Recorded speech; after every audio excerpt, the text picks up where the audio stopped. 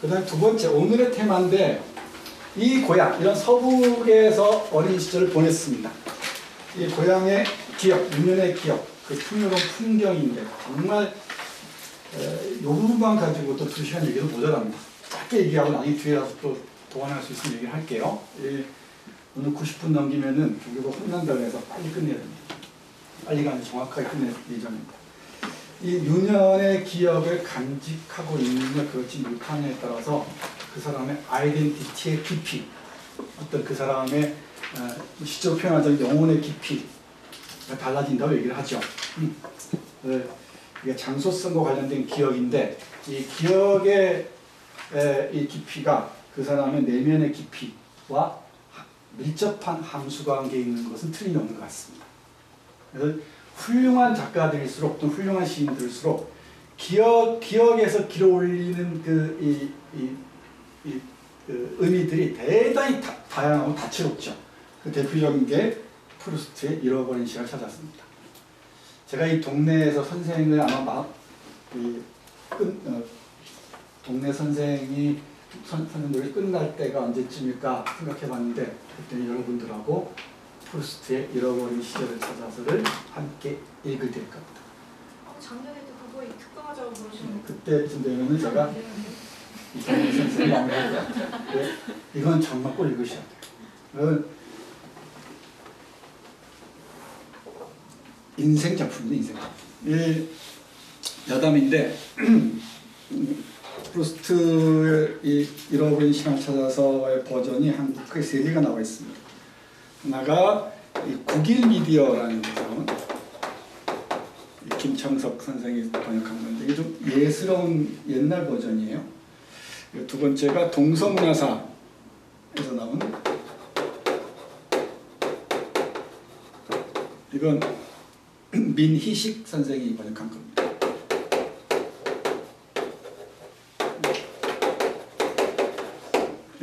이것도 옛날, 이 두 개는 옛날 버전입니다. 세 번째, 네 가지가 있습니다. 하나는 제가 오늘 갖고 온 이형식 선생이 번역한 펭귄 시리즈, 웅진 클래식. 이게 그 또 하나가 민음사에서 이건 지금 간행 중입니다. 민음사 나온 희승이죠? 희승인가? 응? 뭐야? 이승? 맞죠?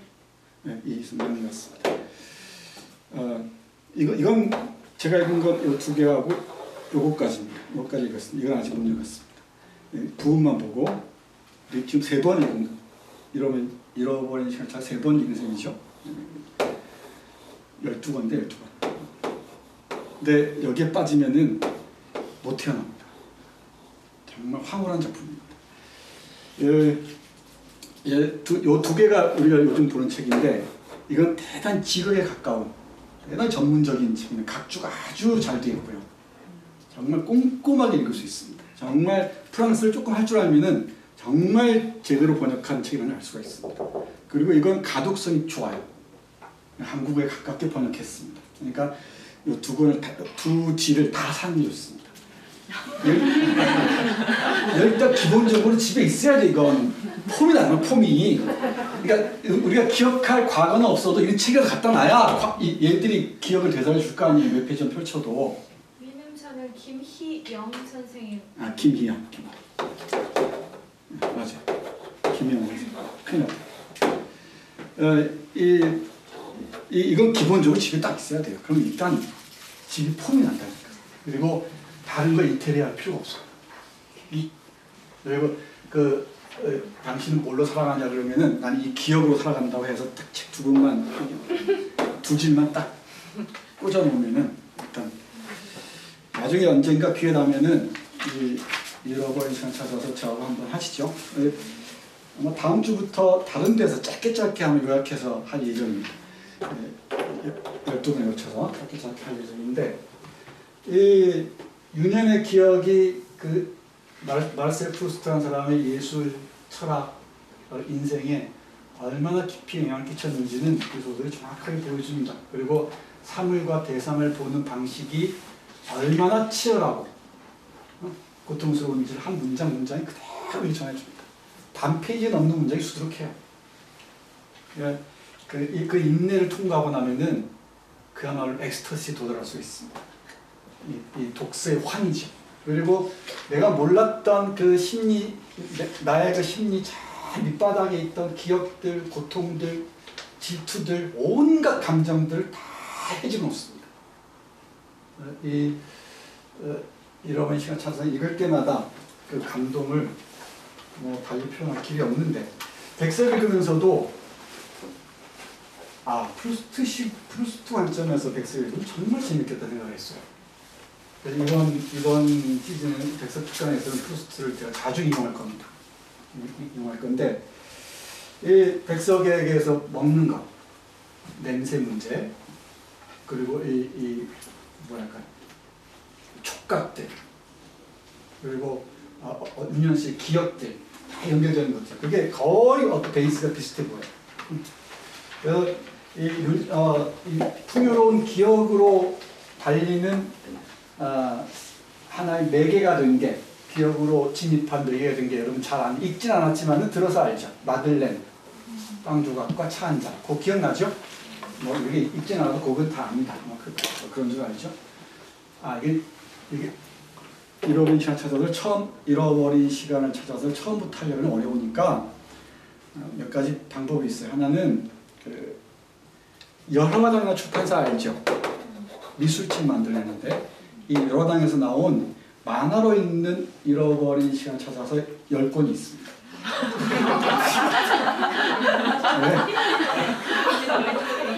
이 정도는 돼야지.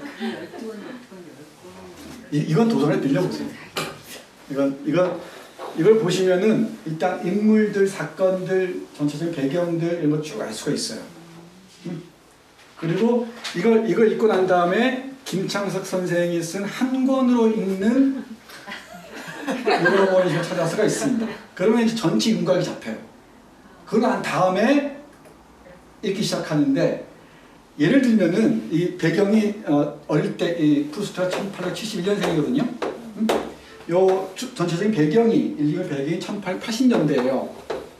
그러니까 제2 제정이 이 프랑스에 1850년 루이 나폴레옹 3세가 70년까지죠. 파리 공문까지죠. 그 다음 제3공화정이 들어서죠. 요 시기. 그러니까 이른바 벨 에포크입니다. 벨 에포크. 이때 소설, 음악, 미술이 전성기일 때예요. 비엔하고 파리에서 전성기일 때입니다. 우리 잃어버린 시간 찾아 읽다 보면은 음악, 미술, 그리고 또 뭐가 있습니까? 건축, 온갖 것에 대한 철학, 온갖 예술, 문학에 대한 온갖 예술에 대한 모든 얘기를 다 들을 수 있어요. 이 음악 이 뱅테이유라는 사람은 소나타 한 악절 가지고 10페이지, 20페이지 써나갑니다. 그게 사랑하고 어떻게 이어지는지 절묘하죠. 그리고 우리가 아는 저쪽 뭡니까 지오토부터 시작해서 누굽니까 그 시스티나 성당에 있는 모세의 생애라는 그림 있죠. 모세의 생애라는 그림에 그려져 있는 모세의 마누라 이름이 뭐죠? 모세 아내 이름. 정말 성당도 아니고 교회 다니면 뭐 있지도 않아. 치스타? 그리고 장인이 리트로죠, 리트로. 리드로라고 얘기하죠. 애굽에서 그 아이가 태어나서 죽인다 그럴 때 장인이 와서 도망가라 얘기하죠.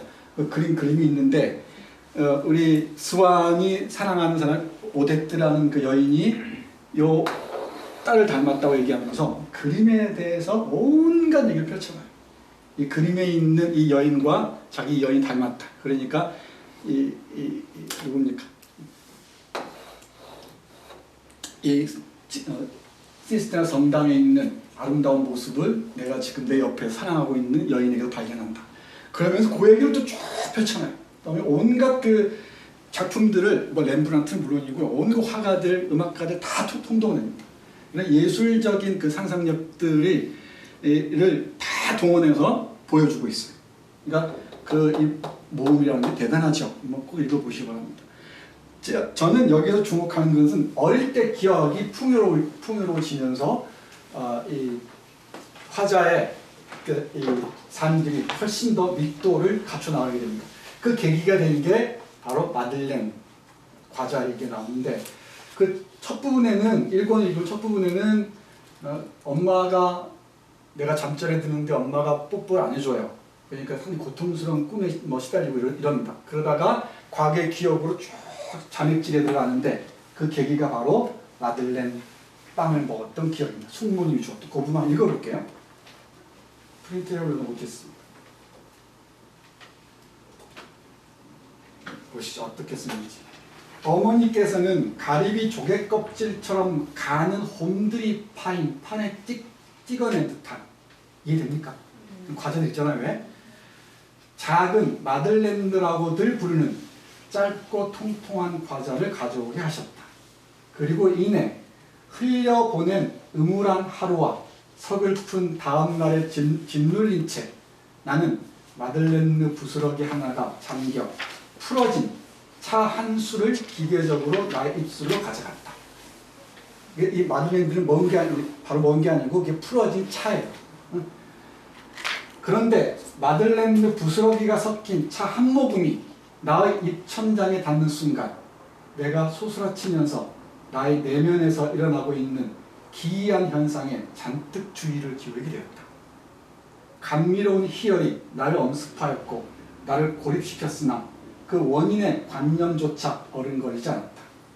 그리고 다음 순간 그 희열이 마치 사랑의 작용처럼 나를 귀한 진수로 가득 채우면서 생의 연고성세가 나와 무관하고 나의 생에 닥칠 온갖 재앙이 무해하며 생의 덧없음이 환상처럼 보이게 해주었다.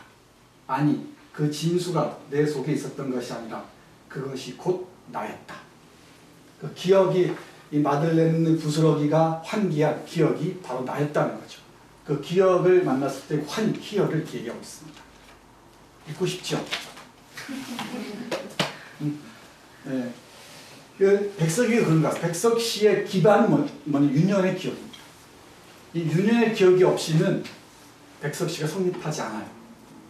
그리고 그 나중에 맨 뒤에 모닥불까지 시온의 꿈까지 갈 텐데 그 원시적인 삶에 대한 그 희구, 간절한 바람도 이런 모든 이 공동체의 삶이 훼손되지 않은 윤현의 기억과 만납니다.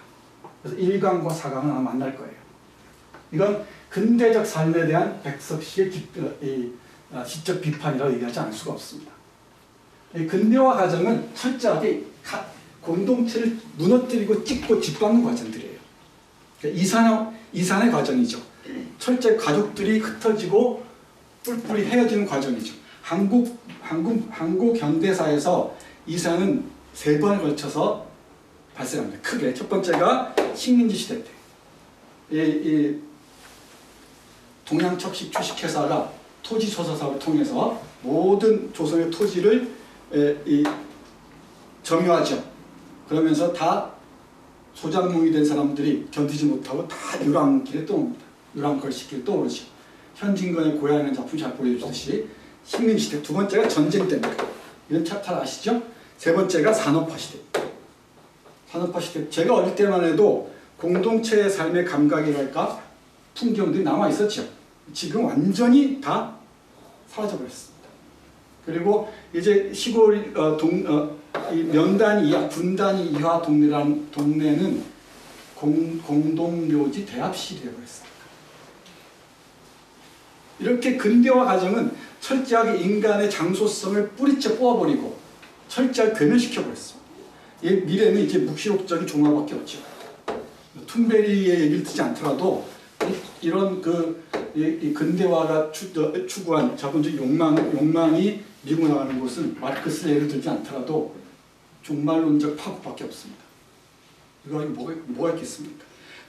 이 종말론적 파국을 연기하느냐 아니면 이걸 봉쇄하느냐, 이 문제가 인류에게 주어진 과제일 텐데 그 시점으로 백석의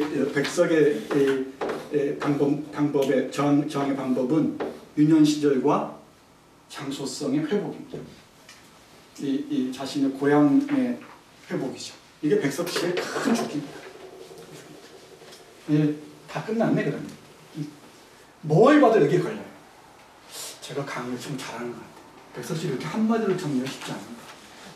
그래서 이 백석시는 그래서 이 근대화에 대한 근대성에 대한 통렬한 자기 비판입니다. 물론 뭐 백석시 읽으면서 어린 시절 떠올려 좋습니다. 좋은데 그 풍요로운 유년의 기억들을 환기함으로써 계속 떠오르는 거 뭐겠어요? 나는 지금 왜 이러고 있지? 그죠? 이건 뭔가 싶을 겁니다. 이 프루스트와 이 백석의 연결고리를 찾는 게 이번 특강의 제 과제입니다. 제 과제. 여러분 한번 따라와 보십시오. 그래서 요즘 재밌을 겁니다.